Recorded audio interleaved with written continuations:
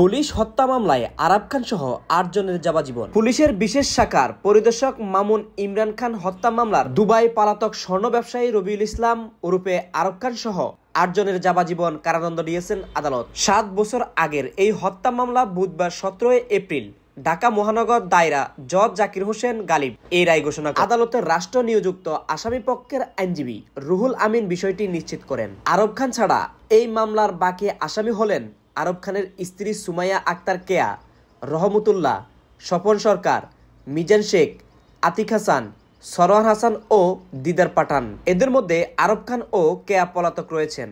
এছাড়া বাকি ৬ জন আসামি রায় ঘোষণার আগেই আদালতে আনা হয়।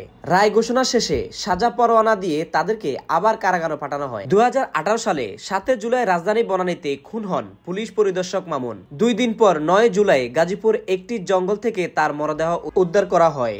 ওই ঘটনার ৩ দিন পর মামুনের ভাই জাহাঙ্গীর আলম খান বাদী হয়ে রাজধানী বনানী থানায় হত্যা মামলা দায়ের করেন। তদন্ত শেষে ২০০৯ সালে ৩১ মার্চ এই মামলা রহমতুল্লাহ, রবিউল ইসলাম ওরফে আপন, ওরফে সোহাগ, ওরফে হৃদয়, ওরফে হদিস সহ ৮ জনকে আদালতে চার্জশিট দেয় পুলিশ। ২০২১ সালে ২৫ নভেম্বর আদালতে এই মামলার অভিযোগ গঠনের মাধ্যমে আসামিদের বিচার শুরুর আদেশ দেন।